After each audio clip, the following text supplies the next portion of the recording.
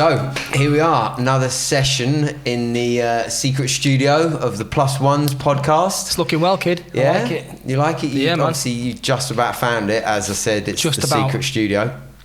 It's a bit tricky to find, Yeah. but I think we like it like that. Yeah, Waze was struggling. Exactly. He told me I'd arrived 20 minutes ago. Either ways. So, we've got the lovely Jason Milligan with me today, and you're plus one, or you're the plus one of... Angela Griffin, TV's very own.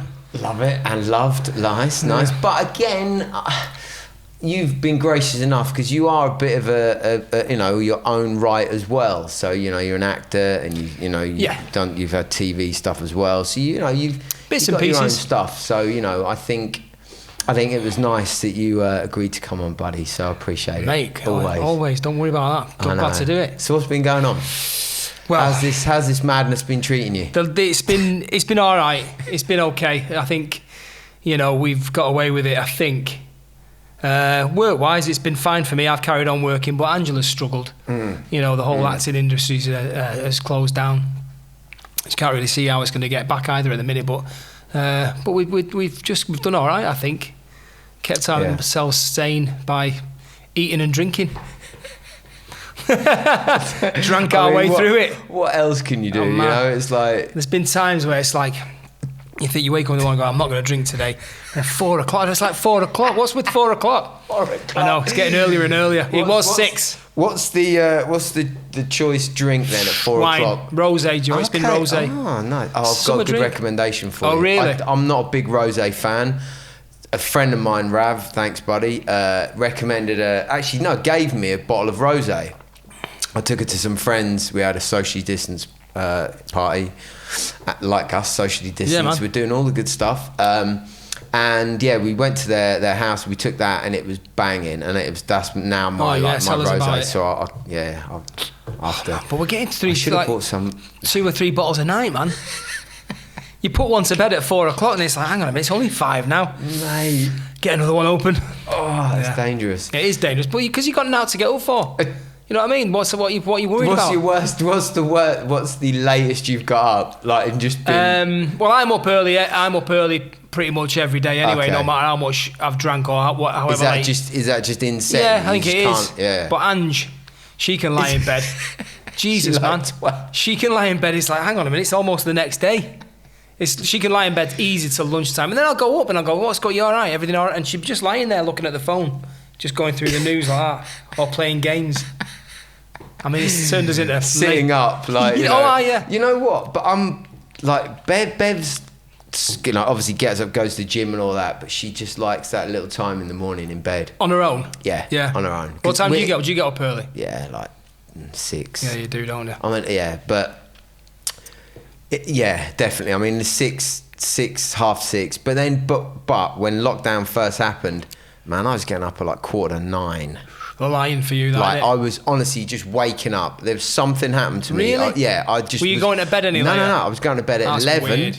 11 and waking up at like 8:30, 8:45, like angry with myself. Like really, I didn't know what I was doing and that, like a bit hot. Yeah, really thrown by it. Really weird. And then like I'm a whole day. So then it took me like about a week and a half, like when we first got locked down, to like sort myself out. And then it was. Are you back on track now? Yeah. I'm back. Back up with a lark. You'll be chuffed. We were just talking about you've just ordered an outdoor kitchen and all that. Well, I've kind of done that. Like you just ordered a pizza oven and like all this boom. Yeah. I've just ordered a chest freezer for my garden. A chest freezer? Yeah. What, for the bodies? No, to fill it up with water and. Oh, you're joking! Getting in morning, that. Yeah. Oh my! But hang on a sec. So let me get it right. Will it not freeze? Well, the little Eventually. top bit of the water will. But you'll always just break through that. break through it and then get in there. You're a sicko kid. I've definitely need some help. Yeah, therapy required. There's definitely not a lot man. that's right. So you've ordered that, or is it already? It's done. It's coming next couple of days. Brilliant. So Brilliant. Yeah, we'll be inviting you around. Don't worry, you and Ange, mate. We'll put some beers in it for me. If there's floating beers in there, will you get in? Yeah. Or if you fill it with beer, I'll definitely get in. Yeah, but that'll just get drunk in seconds, won't it? Brilliant. So listen, what? Let's take it back a bit. How did you guys meet? How did your relationship come to? I met Angela kind of just on the scene, really. What the London scene is, if there's such a thing. There is, because I remember Angela in West. Where was it? West. She used to live around West Hampstead. West Hampstead. I remember there used to be a bar, and I used to see her in there like 18 years ago. Yeah, would be in a little party. Well, we just used to sort of knock about town, and I'd bump into her occasionally. But we'd always be in relationships with other people, and then one Christmas it turns out we bumped into each other by chance, and it turned out neither of us were seeing anyone at the time. So she asked for my number, I give it her, and then no, that's true, I did. She did ask for. No, you know what she did? That was my next question. Actually, we're gone. She took my phone off me and said, "Good girl." Oh, what did she say? Yeah, she took my phone off me and she rang her phone, so I had her number. See, now if she was here, she'd deny that, wouldn't she? Right, there'd be like, we've had this before when you husband and wife, you cutting on each other, but that didn't happen. Well, that and then she'll I think she'd confirm that actually. Yeah. She asked for my number. She's only sensitive, how could she resist? Exactly. I mean, that's like. Exactly. This is before the grey hair kicked in. I looked even better then. And then she said, and then she just phoned me up and we just had conversations. And we didn't start straight away. We were talking to each other because it was over Christmas time. So she'd gone up north and I was staying down south for Christmas. And so we didn't really see each other for about 2 weeks, but we were on the phone every day. And then Bev were on the phone. Yeah, just like having proper long conversations. Yeah. Nothing like the kids now. Weird, isn't it? It's all texting now. That you can't even understand. Yeah, well, I can't even text. But the predictive spelling throws me right out. I've got a thing I've learned on mate. Sorry I've got a game changer that I learned the other day. Everyone out there is probably going to, you absolute idiot. I've known that for ages. On the iPhone, instead of tapping the letters, you can swipe the word. What? It's a game changer. What, where it gives you an option? No, it's just on the keyboard. So you don't have to lift your finger off the keyboard. You just go boom, boom, boom, and it goes, hello, or boom, boom, boom, boom, boom, whatever. It's a game changer. Oh, my Lord. I know. Thank me later for everyone. It makes me want to do it now. I've not got my bleeding phone. Right, oh, my God. I'll show you afterwards. It's a killer. It really is. God, so, sorry, I've just totally gone off. So... And it was like, what would it have been? 2 weeks. It was like, because we saw it when over New Year passed. In fact, I remember what happened. It was Christmas time. We spoke all over Christmas, and then we'd set a date for us to go out on the 12th. It was the 12th of January. Brilliant. And she said that she wanted me to take her out somewhere nice. She didn't want to just go to a pub. So I planned to take her to the London Dungeons. And I just don't know why that came into my head. The London Dungeons. Like, that'd have been somewhere cool to go. So anyway, turns out the London Dungeons wasn't open on a Sunday. And it was a Sunday. Result. Yeah, got away with that. Yeah, I think And we met under the clock at Waterloo Station. Nice. And ended up going to a pub. And we had this one date lasted 3 days. Wow. Yeah. So do you take that as your anniversary then, the 12th? We do celebrate it, weirdly enough.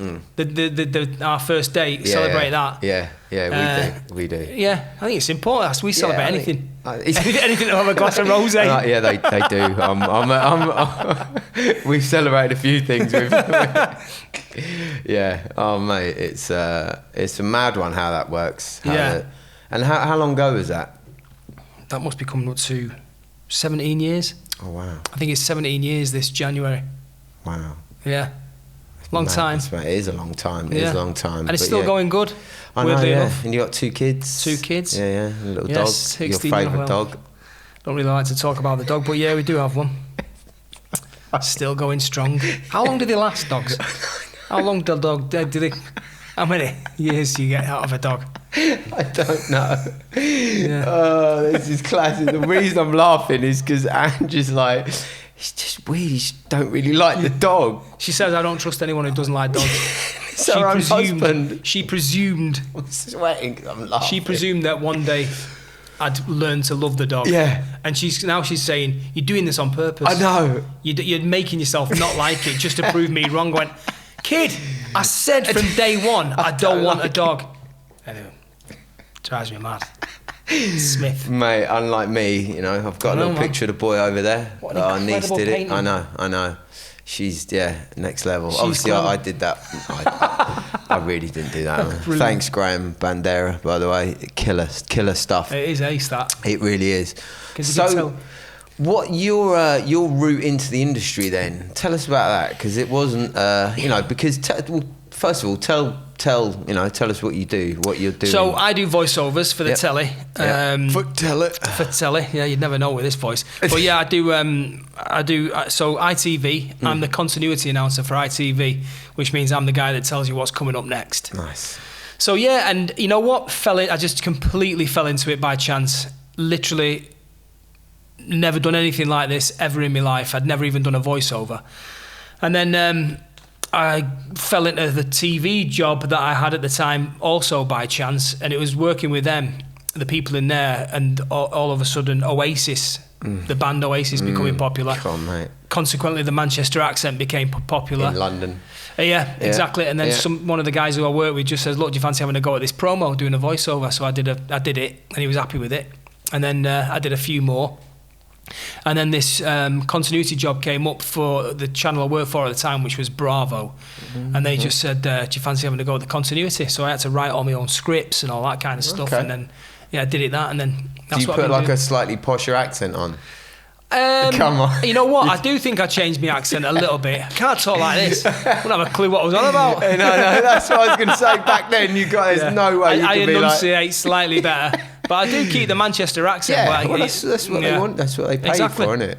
Yeah. Yeah, but I mean, it's a gig that, if you'd have said to me when I was a kid, what do you want to be when you grow up? It certainly wasn't a continuity. What did you want to do? What was your dream? I assumed I'd be, because I come from an entertaining family. My biological dad's a comedian. My stepdad is a comedian. My mum liked comedians.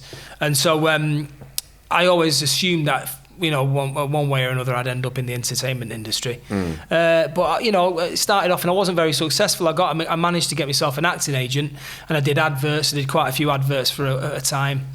But never, obviously, when you become an actor, you want to get into drama, and I've never managed to sort of break it in that side of things. You've done some bits, and pieces, yeah. Because over the years, I've made friends with directors.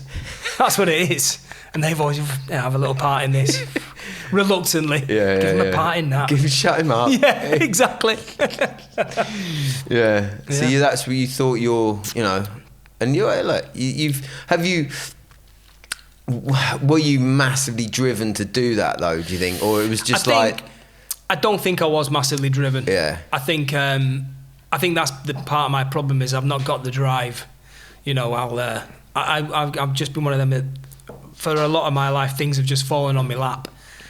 Which, in many ways is good, but I think it's taken away my drive. I'm not ambitious. And unlike Ange. Yeah, well, that's what I was going to say, because the interesting dynamic in these, one of the reasons why I did this podcast is just to explore the dynamic in the kind of showbiz relationships of, is it the person in the spotlight with the the drive and the ambition and the togetherness, or is it the person behind closed doors who kind of keep it together? And so you're more of the chill one and everything. Ange is the one who is she's a bit of a force, like no joke. She is a force, and she's been in work since she was 16. She's gone from job to job. There's been a couple of times where it's been a little bit light work wise, but more often than not she's gone from job to job, and I think that's because she has just got so much ambition. She's got so much drive, and if her job's coming to an end, she's on the phone to her agent, what's in the pipeline, this, that, and then if it doesn't look like there's anything in the pipeline, she'll create her own work, and and things and I'm just the total opposite to that. But I think that's what makes us work. You know what I mean? It is. I think if I was like the same, I think we'd probably clash. But we don't, and I support her. But I think that's what you need. I think that's in these relationships when one person because the entertainment industry isn't an easy industry to be in. God, no, definitely. You know not. what I mean? It's an all-consuming industry. Yeah. So you have to have some support at home. Yeah. But I think you have to. So I don't know, and it's weird that a lot of the interviews I've done on this so far are just from men, who have their partners, because I think I've got more of an affinity to that because that's what I am. Yeah, sure. So it's just interesting to see the dynamic, and it's just weird how we have to take care of a lot of stuff at home. It's like that because they're out a lot. They're doing that stuff. So Yeah, God, I try when I first got with Bev, I was a maniac work wise. I missed out on so much, and I was like, oh no, I'm working, I'm doing this, I'm doing that, and then throughout the time I've had a couple of years here and there where I've worked 100 hours a week for 2.5 years solid, and I've missed everything, and I come home and she's just shell shocked because I'm just destroyed. So it doesn't work. No, it doesn't work when two of you are out working all the time, because it's just not a relationship. No, it's not. I guess we've been lucky in terms of even when I have been being a voiceover artist, you're not out all day. So if I go out, sometimes I'm out for 2 hours. That's my ideal job, mate. Do they need anyone else? Put me in. Not with your voice. Put me in the game. Not with your voice. Sound like Joe Pasquale. Put me in the game. I can do any voice. Hello, love. I'll do that one. Take my job. It's been really handy. But there's been occasions where I've been in the pipeline to get a job that might have taken me away. I got quite close to a couple of jobs where I thought, well, if I get this, man, I'm going to have to move up to Manchester even. Oh, really? And you've always got that in the back of your head where I'm thinking, hang on a minute, I can't. How's that? I can't. Yeah, that's not good. It's really not going to help things, because there's every chance that Angela's going to get a job that's probably better than the job I've got, and who's going to look after our kids. Yeah.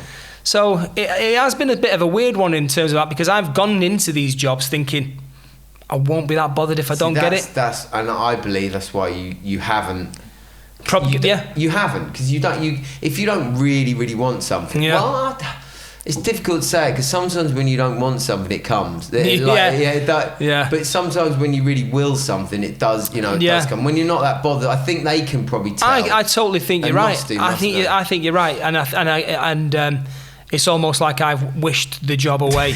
You know what I mean? It's because I just think it can't work. It can't possibly. If I was to get this job, I don't know how our relationship would work in terms of looking after our kids and because we've always needed someone at home. I don't know, but there are loads of people that say, well, you just get help and things like that. But all our families up north, we ain't got any help down here. Exactly, and it's not the same. It's difficult. And our kids are far too old to have a nanny. You couldn't get a nanny in to look after a 16-year-old. Do you know what I mean? So it's a bit odd, wouldn't it? She'd probably want some hot young male, and Ange would be like, some French. Let's get two nannies. Hello, Ange. I'm Pasquale from She would. She'd love that. I know it. So it's. I think you're right. I think there's probably been times.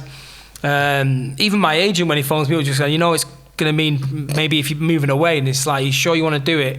Because I think he senses that it's not our ideal situation. The way we see it is that's Angie's, that's her bit, that's what she does. She gets a job that takes her away. And so I think you're right, it would have been weird if I'd have ever moved off, and so I may have wished that on myself. And you've got another interesting kind of +1 type. Oh, Max. Yeah. So I sort of first experienced the whole paparazzi. Can you stand out the way thing with my brother Max Beasley.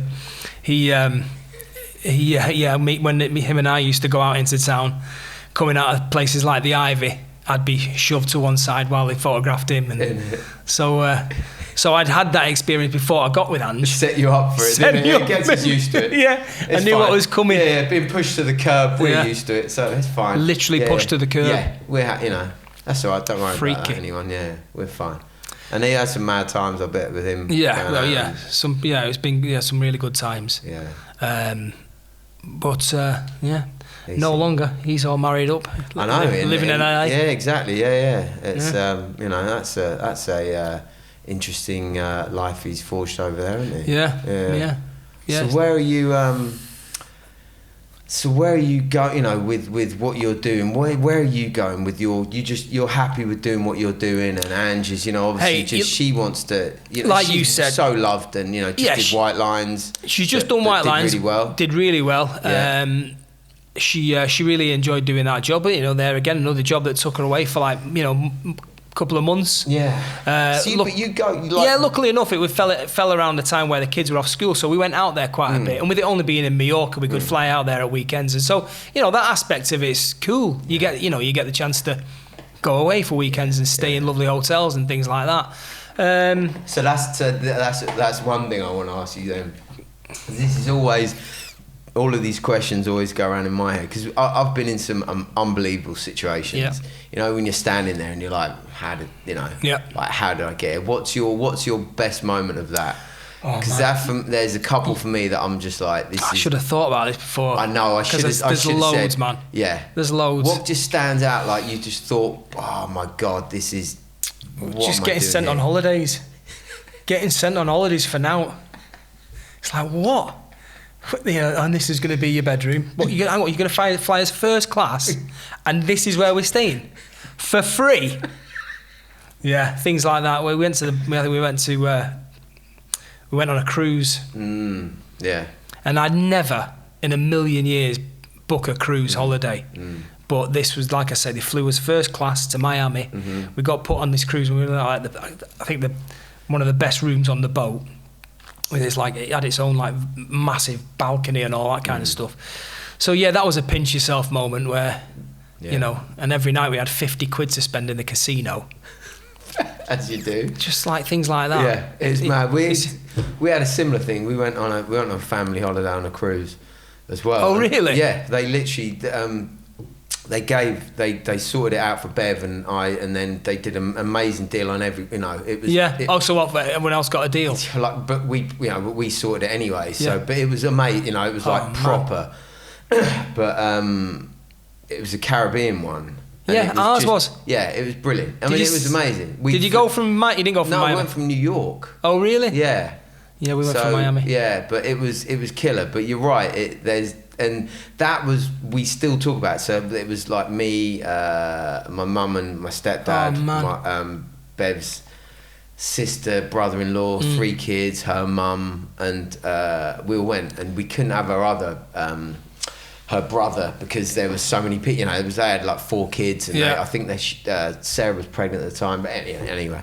Yeah, but, it's amazing. But there's times like Great that. Holiday though. Yeah. Like, on a boat, I didn't think I'd like it. The cruise wasn't really my thing. I was like, I'm not. Man, I stuffed my face. Yeah, that's the thing, man.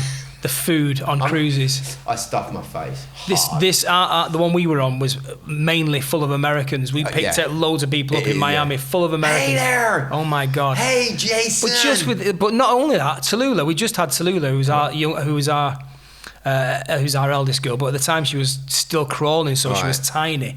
But we're all dressing her in pink. You know, she's obviously got really short hair because she's brand new, all dressed in pink in a pram, and they're getting into like these big American, hey, who's the little guy? What's the little fella's name? It's like, it's in pink. She. It's got, like, surely you can see that's a girl. Like, come on. But coming back from the buffet, when you look at what they put away food-wise, I mean, pancakes like that, like tower of pancakes with syrup pouring off and loads of bacon. Keep talking. I mean, delicious. Mate, but do you know, funny? I don't know what it is at the moment, but man, I want pancakes. Are you eating? Yeah, but you're eating well healthier than that. Yeah, but I can get like, you know, I've got these healthy pancakes that I make. I say healthy, they're like... It's what you cover them in though, it's no good having a healthy pancake if it's covered in syrup. If you do maple, like natural maple syrup, it's not so bad. And maybe if you trained in the morning, let's say, and then went and had breakfast and you had that... Yeah, fair enough. You know, you'd mitigate a little bit of it. Yeah, that's fair enough. You still get diabetes like halfway through the... It's like, Joe, you know all about diabetes, don't you? He knew I was going to say something. What, have you got diabetes? He will have. Yeah. He loves it. He's like a lat. There's no oven. Yeah, but it don't matter. You can still get diabetes and be thin.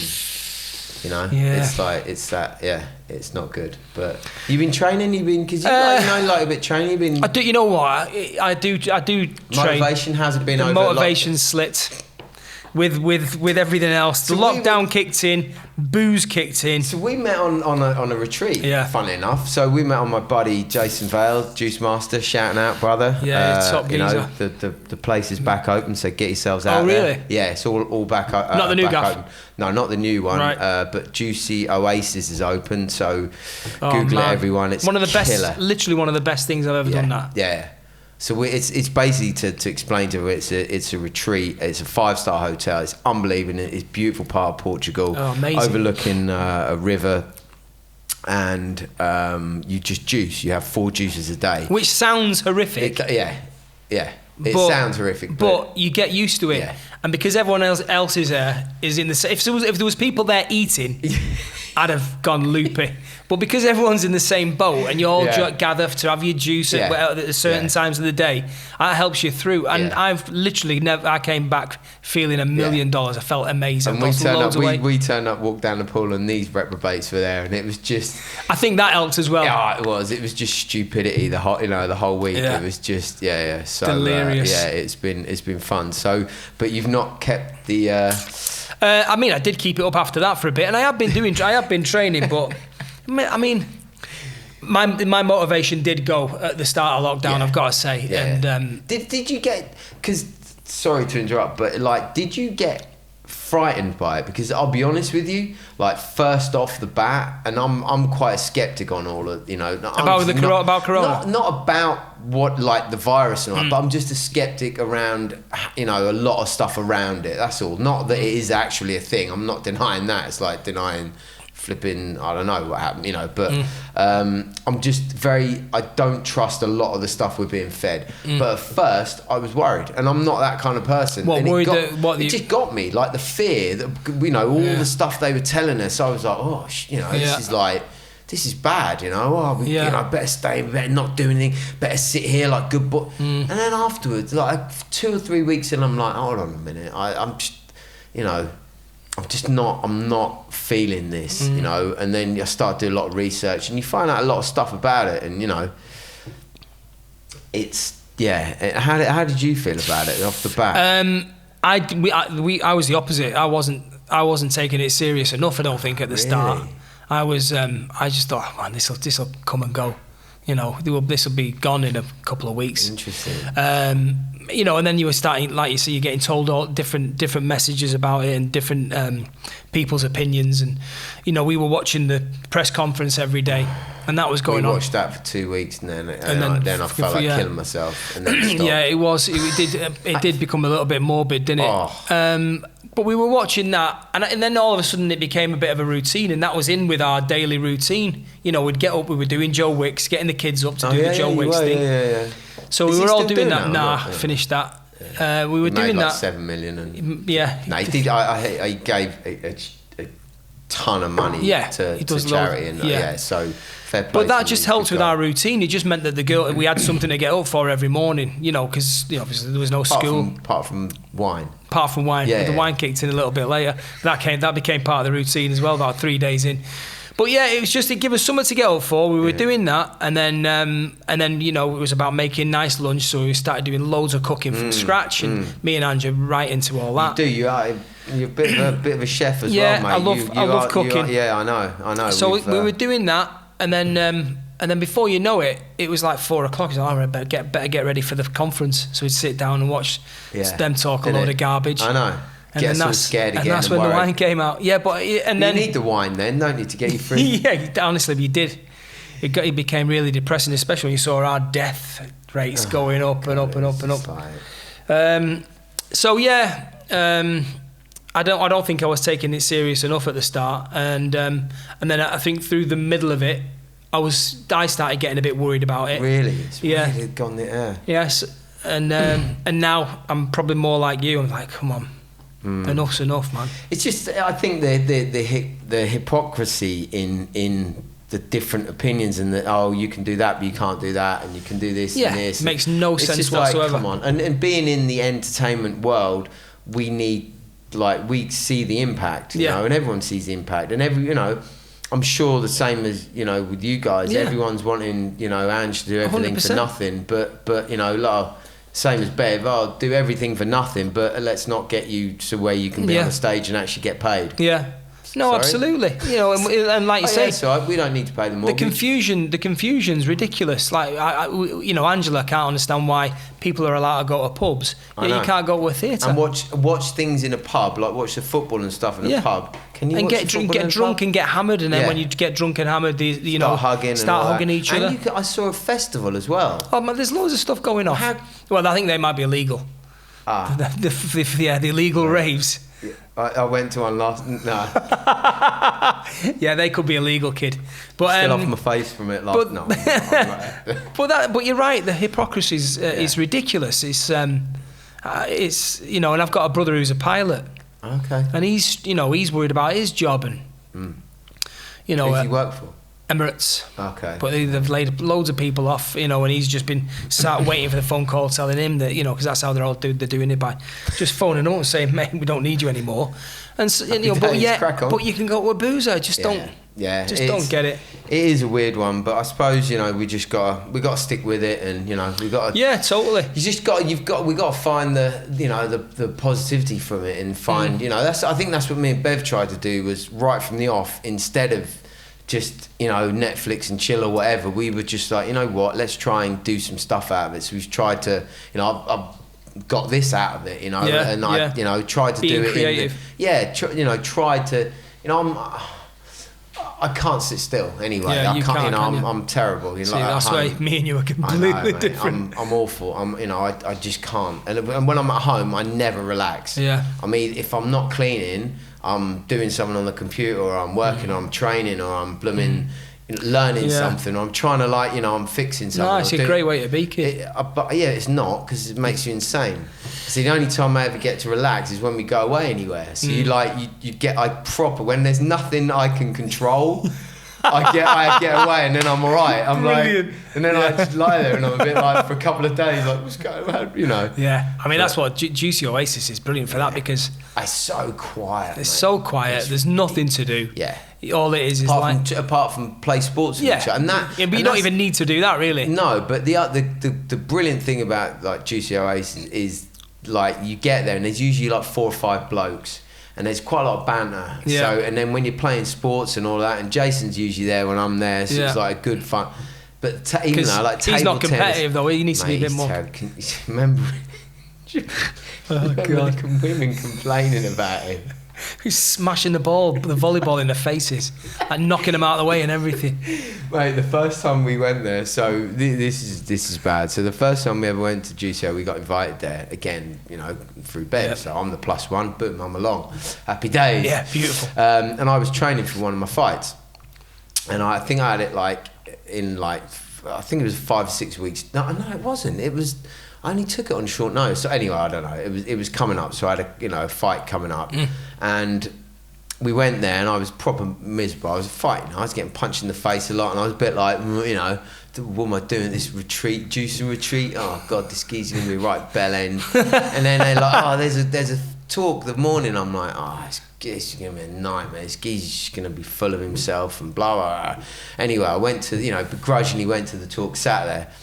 And he just, straight away, he was like, you know, taking the piss out of himself and other people, and just being sarcastic. And I was like, hang on a minute, this could be all right. Yeah. And next thing you know, we're like, literally now we're best mates. And from there, we started playing table tennis, and everything we were doing, we were super competitive and just caning each other, you know, like non-stop. Yeah, proper slagging each other off. Oh, mate, like non-stop. As you well, yeah. People are still like a bit shocked, aren't they? The other guests start getting. It's funny at first, but then it starts getting a bit worrying. Yeah. Where's this going to go? I love it when he's taking the talk, and I'm just like, they're just briefing him on the literally in front of like 50 people, and you just have to tell him. I know that talk is good though. Yeah, I mean, he's got it nailed. Yeah. He does like to talk. You do like to talk, Jason. Jason Vale, you are a talker. Yeah. That's all I'm saying. No, it's been it's a mad one, mate. This whole time, but but we've been creative. Angela's been creative. We weirdly enough during lockdown, she ended up getting 2 jobs. One of them for ITV called Isolation Stories. Oh yeah. Which was all about being in lockdown. Stories about being in lockdown, not about lockdown. So that was good. That took a bit of time to do, and they were nice. And if you fell out, all of a sudden you were being creative. Yeah. And then this other thing came along called Done Breeding, which was for YouTube. Yeah. And they were like 15. I hear there was a handsome young man made a little appearance in there. But not just me. The whole family got involved. Mate, I know. So it was like these little 15-minute episodes of this thing about a group of women who were all approaching menopause. And or going through menopause, and then in order to film it, we had to get our family involved. The kids were doing camera work, so in creatively, it was really good. Was it all shot on iPhones? They sent a load of equipment round. They sent mics. Yeah. They sent iPhones. Good quality iPhones, but then all this stuff that attached to them, so they had lenses and stuff, different lenses and things that you could zoom in with and all this kind of stuff. And what they call like a Steadicam type thing. No, what's it called, Jay? What's it called? Gimbal. Yeah, got one of them. Yeah. And all of a sudden, like we're waking up and having to do a day's filming. You mean you had to get up? I had to literally get up, but not always, because some of our scenes were in bed. You were like, happy days. Yeah, but what was weird, the kids are filming, it's like, oh, God. That is weird. So, so creatively, we, there was a bit of time during lockdown that we got involved in things like that, but But since that's been elbow put down, to bed, just got back on the rosé. Just got back on the rosé, kid. I think smashed the rosé to bits. There's rosé companies out there. We were still drinking. I'll give you Jason's address. Anyone want to say that's the other good thing about the plus ones? We get free gear. There you go. Free gear is always nice. Yeah. It's and that's the thing. So like, people. I think people ask like, how can you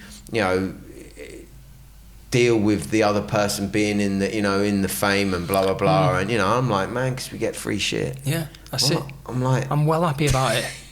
What? They want us to go get some free sunglasses? Yeah, whatever. What, 2 pairs? Yeah. Okay. It is bad. There's loads of good stuff attached to being married to someone famous. And in fact, to be honest, I can't find a negative. Well, there you go. Has there been negatives? You're lucky as well, like I am, that they're loved, and that's the thing. They've never been vilified. Yeah, I think it'd be a even different as story black if that women, was the case. like obviously Angie is mixed, but so as black women in the industry, they're very well loved. So yes, it's still been tough for them, and because it's just harder. It just is, and that isn't. There's no doubt about that. But they're loved. So Angela. I can't think of the last time Angela was on the receiving end of any negative press, which helps because I can't imagine what it must be like for someone who's a +1 with someone who is vilified. And that's who I want to get. Who's been through a tough one like that. That's my kind of. There'd be plenty out there, kid. Well, that's what I think. There's some. The press has been pretty dark, to a lot of people. Our Max was vilified when he was going out with Mel B. He was vilified. There was they went after her, didn't they? They went after her and consequently went after him because he was kind of a big deal at the time as well. And I mean they were in the paper every day. Yeah. Every single day they were. I think they were called the 3 a.m. girls or something. Yes, they were. And they had it in for him, man, and they battered him. Isn't it funny? Like recently, old Thingy got a hard time about that, didn't he? For one of the entertainment people for giving who's the lovely lady that killed herself? Oh God, Caroline Flack. Caroline Flack. Yeah. Someone gave her a hard time, and everyone was on that person. I can't remember who the guy was, but. Oh, I mean, going dark, isn't it? Like the proper dark. Proper give it to people, and then it's difficult. Like when I was young, man. I'm still a bellend now, but I was a massive bellend, I'm a massive tool.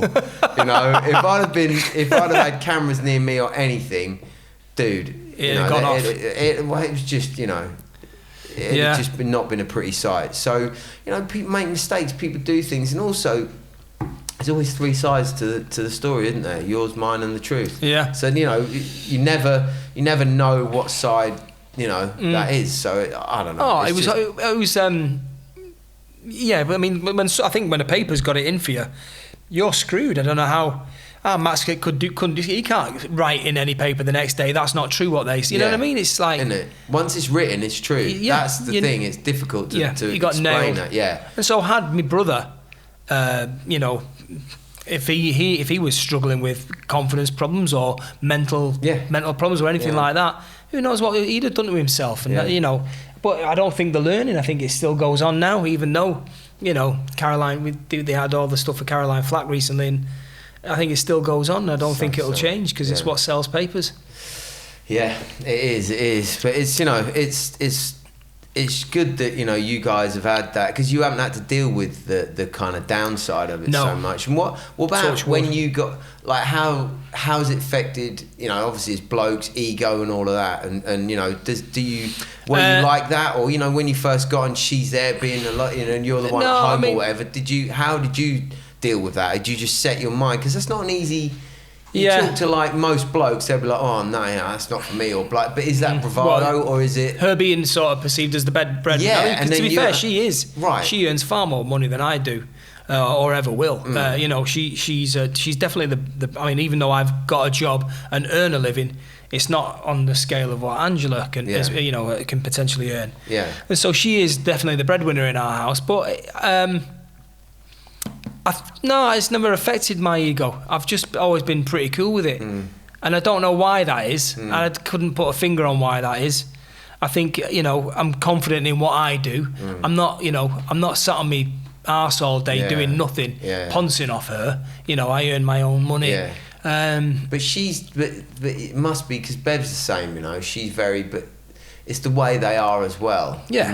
Because, you know, Angie's the same. She's an amazing woman. You know, she wouldn't ever give you grief, you support each other. No. She knows that you're as vital to her career as she is, you know, and vice versa. Same as me and Bev. Yeah. You know, now, you know, it's weird that I've been with Bev like half of her career, and that I thought about that the other day, and I was like, man, that's a long time. Of course. Yeah. You know, and it's only as the years have gone on that I've felt like I've become more embroiled in it. You know, do you get embroiled in it? Do you like get involved? Does she ask you like, oh, I'm doing this, what do you think? Or, always ask my opinion. So it's always a joint. Always ask my opinion. I mean, she doesn't often take the advice I give her, but that's fair enough, because she knows that world better than I do. Yeah. But yeah, she'll always say, what do you think do you think I should say this? Do you think we should do this? What do you think? Always ask my opinion. That's a tricky one, isn't it? It is. You know, but I always, my advice to her is listen to what your agent says, because, you know, they're going to give you far better advice than I ever will, especially about something like that. I'd feel weird if she didn't ask me. If she didn't, you know what I mean? I'd feel. I mean, you just took a job that's taken you to Canada for 6 months. Wicked. So how was the first time, you know, she had to kiss someone on screen? Oh man, there's been a few of those. In fact, the worst one ever was when we'd only just sort of got together. Yeah. And she was filming this thing called Cutting It. I remember that. Great show, really good show, filmed up in Manchester. Yeah. So she had a flat up there, and I went up and I was staying in this flat with her. And it was the opening episode of the second series, I think it was. And she said, oh, there's a screening for it. Come at the screening. So I thought, oh, yeah, that'd be good. And then it wasn't until we were sat on the front row of the cinema, because they did the screening in the cinema, that she said to me, you might not like the first scene. I mean, oh, why? What goes on? She says, it's a fantasy scene where I'm getting screwed around a castle, getting screwed in a load of different rooms of this castle. And oh, okay. Lovely. And then, sure enough. Cool. And it was like, oh God. Oh, really? In there. So yeah, don't. Yeah, that was a tough one. That was but I mean, Jesus, you know, there's been loads of those. Yeah. Kissing Idris Elba a couple of weeks ago. Yeah. That wasn't even filming. Just caught him in the street. Yeah. No, she did a thing called Turn Up Charlie with Idris, and so she was, you know, snogging him. Yeah. It is. It's a funny one. It is a funny one. It is a funny one. And the first time I ever seen Bev do it was on The Bodyguard. Oh yeah. And my nieces were there, and I was laughing like, "Oh, don't hold me back," and they were like, "Hold me back," and you know. But he was lovely, you know. Tristan Gemmell was, you know, delightful. I think it might have been different if he was a bit of a prick.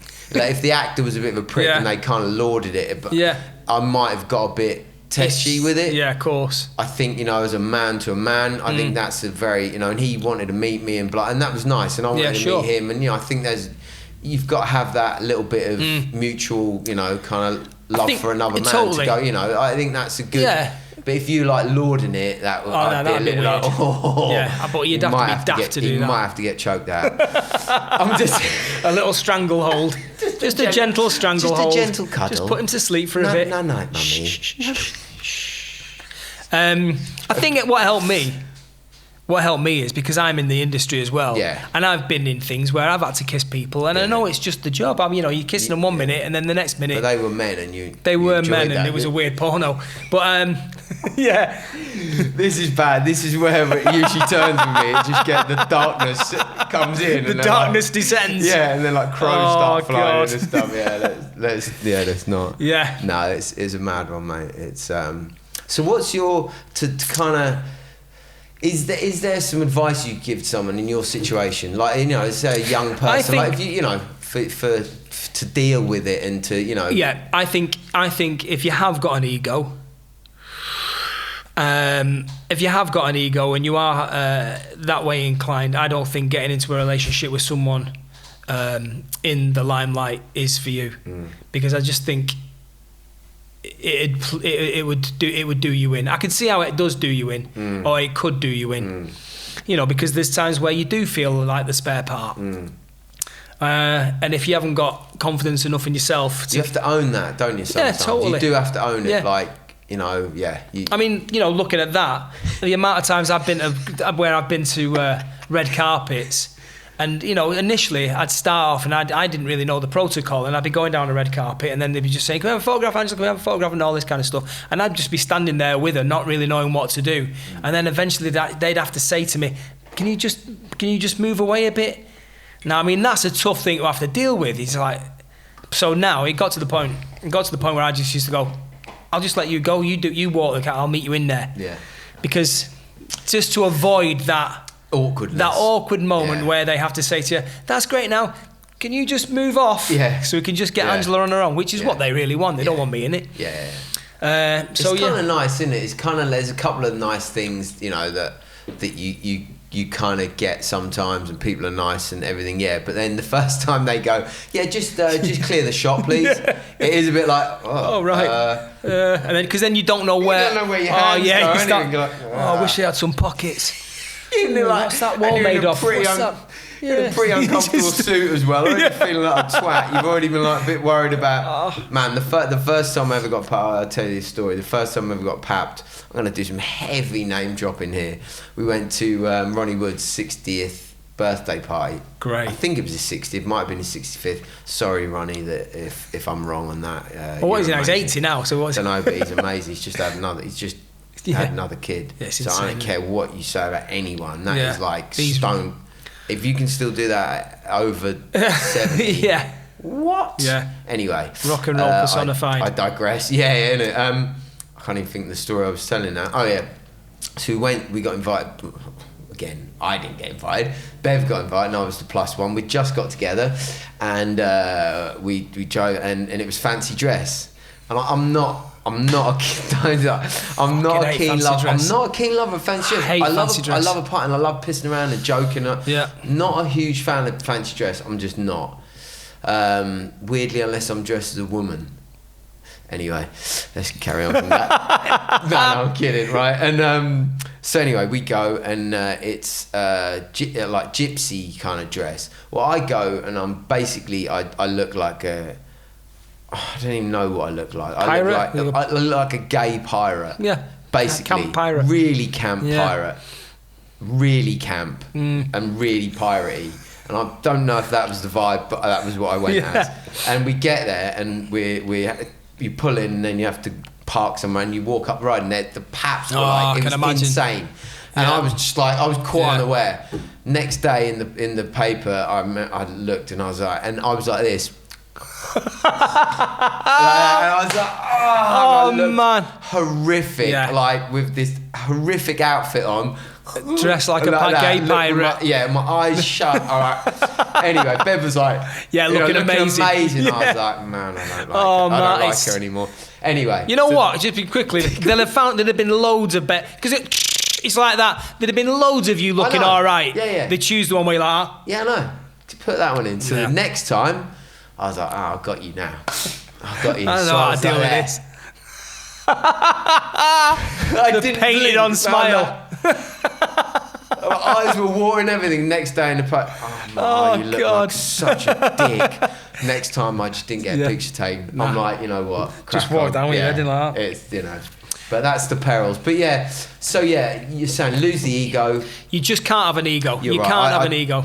You can, but it has to be in check. You have to check it. You have to check it at the door. It's like when we go training, when I do jiu-jitsu or whatever, you leave your ego at the door because you just can't have it. You can't. You can't have two big egos, because the performer does have a bigger ego, totally. a big ego. Even though, I always say that you can only have one diva in a relationship, and that is me. You are as well. This isn't a joke. Yeah, Bev will confirm that.